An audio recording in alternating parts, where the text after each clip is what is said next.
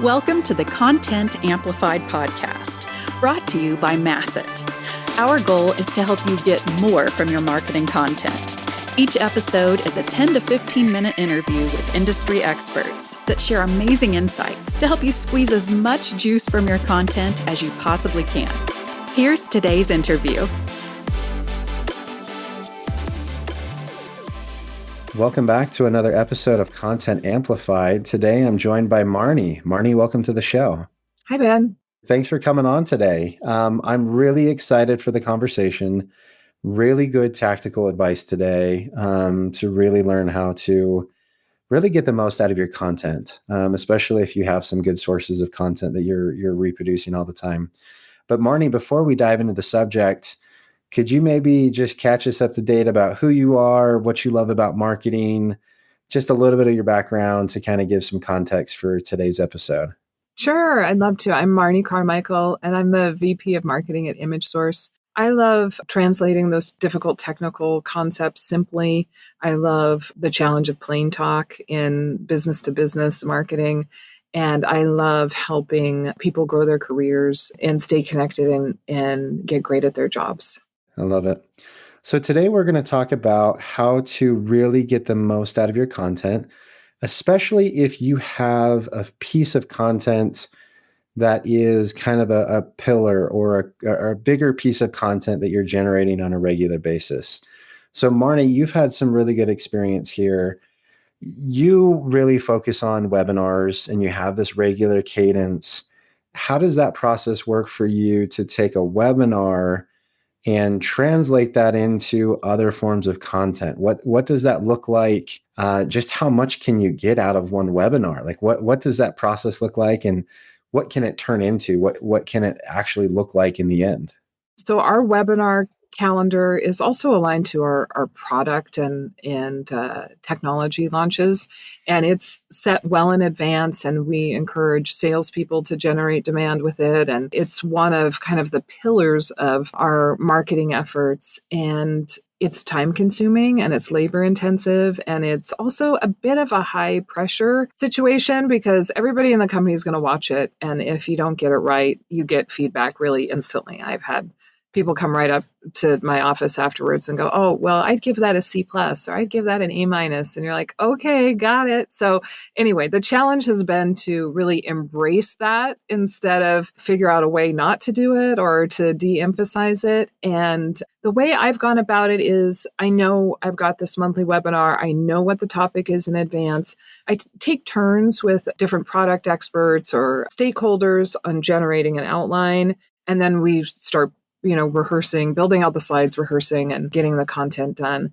And I would say it is, of my own personal time, it's probably a full person week out of the month. It can be. So I have to make sure that that's really valuable if I'm going to spend that much time on it. So what we've been able to do is really lock in that deck, that talk track, and the delivery we're pretty solid at. I don't have any fears about that, but I get other people to review the content. I get help with the deck. I just use all the resources I can to get, it's two things. You get that endorsement in advance. So after the webinar, they'll be like, well, that was an A and we all did it. And it's to make sure that I'm not just carrying the lift myself the whole time. So that's kind of getting there in the messaging. Once we've done it, we use a lot of different tools. We're not a fully unified tech stack marketing organization yet. So we use GoToWebinar. We found this to be the most reliable, simplest to use, not super flashy. We can control how the participants interact with us, and it's kind of foolproof for us right now. So we do it live. We record it. Recording's done pretty quickly. I think we get a copy of it like within an hour, and we get a lot of attention analytics about it, like where did people drop off? Where did they come in? Where are they doing something else on their screen or whatever? So that helps us drill into what pieces of the webinar people are responding to most. We've got a little bit of a storyboard, like here's why we know this is a problem. Here's our experience solving the problem, and here's the results of us helping you solve the problem. So we kind of know what those three views are going to be. We take the transcript. So GoToWebinar will give you a text transcript along with your recording. And we start first by editing the webinar into small clips under 90 seconds for sure, best under 60 seconds. We want to get 3 or 4 of those that are really tight on our messaging. Again, how we know this is a business problem, our experience helping people solve it, and then like that future state, the benefits of us helping you solve that problem. So once we've got the transcript and those clips, we start looking at our other analytics on how people are responding to our content on our website, kind of what the product initiatives are or the focus are for the quarter, and then we'll build out an email campaign. The email campaign will probably be 3 or 4 touches. One of them is usually an A/B on the content.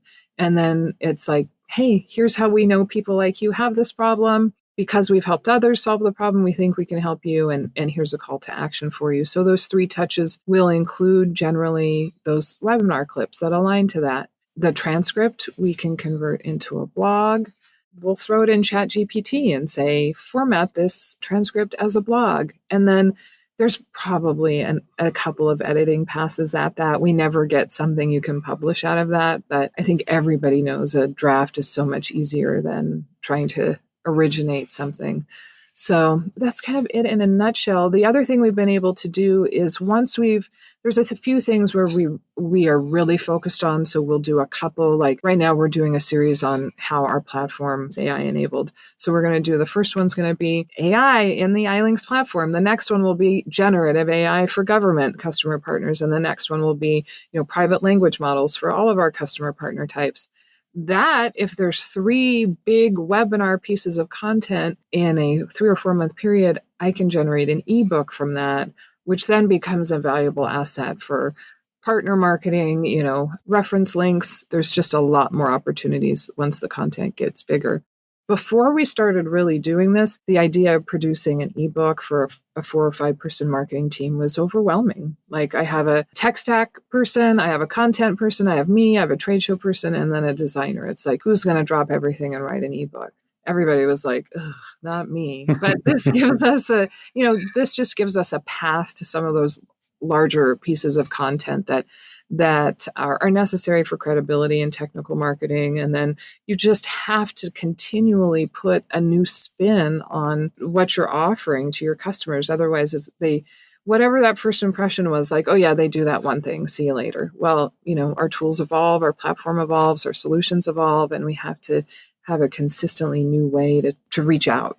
I love it. So when you're looking at repurposing this content, you've got emails, ebooks, blogs, you talked about some of that. Have you had to outsource or bring in additional resources to be able to do that? Or do you just prioritize it with the team?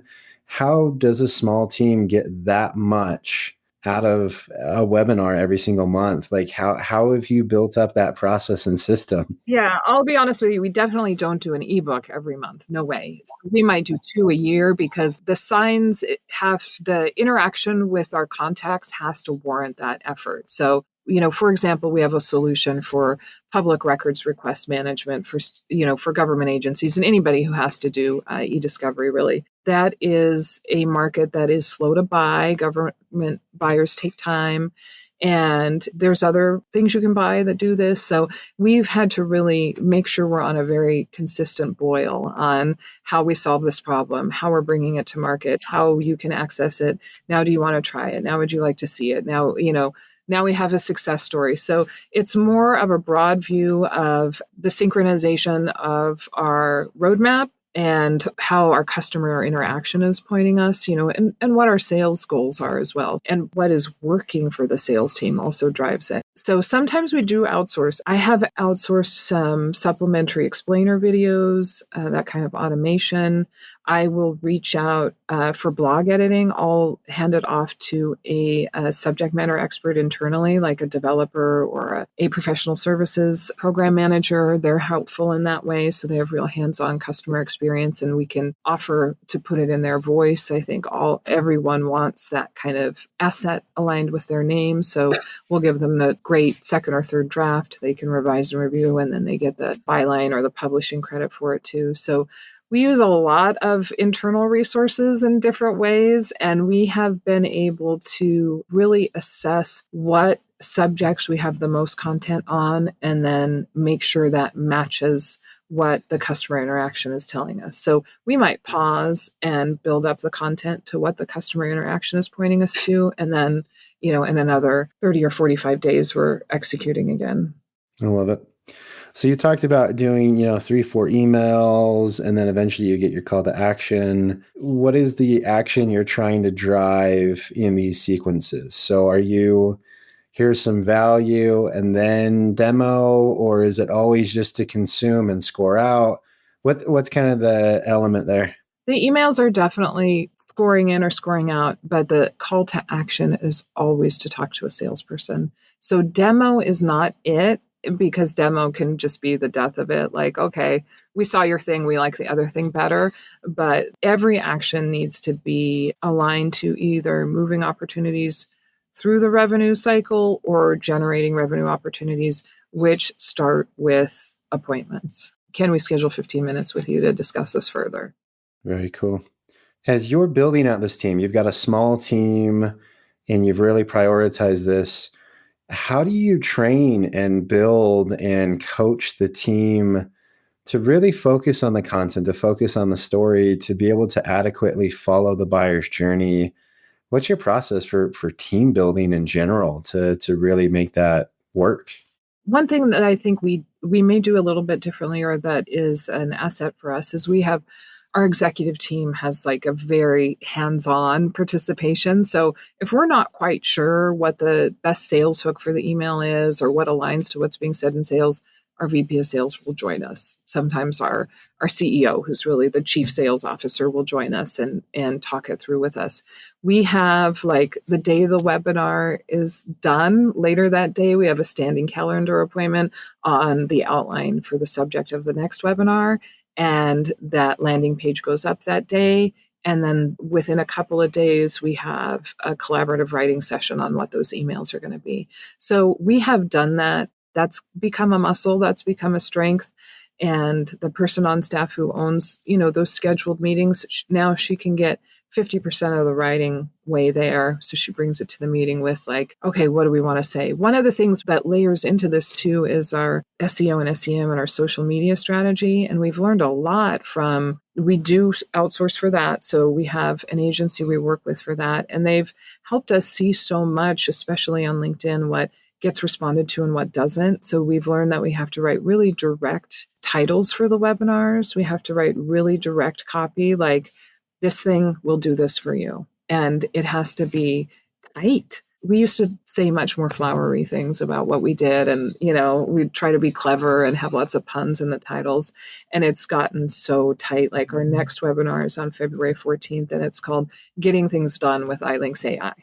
The next one should be doing this process with this thing, getting public records process with iLinks AI. The more specific we are on the business problem we solve, the better the results are. So that's informed the content from webinar planning to email execution and lead generation. I love it. Well, I'm sure I could have questions going on for days. This is fascinating to me. I love the advice, love the tactical nature of how you're building the team, how you're building the machine. It sounds amazing. But in the spirit of this podcast, to make sure that people have tactical advice in 15 minutes, we're going to end the podcast now. We'll probably have to have you back on because I have a lot more questions. But Marnie, if anyone does want to connect and continue the conversation and reach out, how can they get a hold of you? Well, I'd love for you to see our website. We're at imagesourceinc.com. So I'd love you to see that. Then you can see the brand driving all of this forward as well. If you want to connect with me, that would be awesome. And you can find me on LinkedIn at Marnie Carmichael. So love it. Perfect. Yeah, so that would be great. And we'll link to all of that in the show notes as well. So Marnie, again, thank you for your time. Appreciate the insights and the advice. Thanks, Ben. Thank you for listening to the Content Amplified podcast. Please subscribe and leave us a review.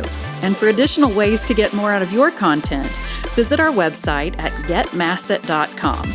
That's getmasset.com. And tune in next time to the Content Amplified podcast.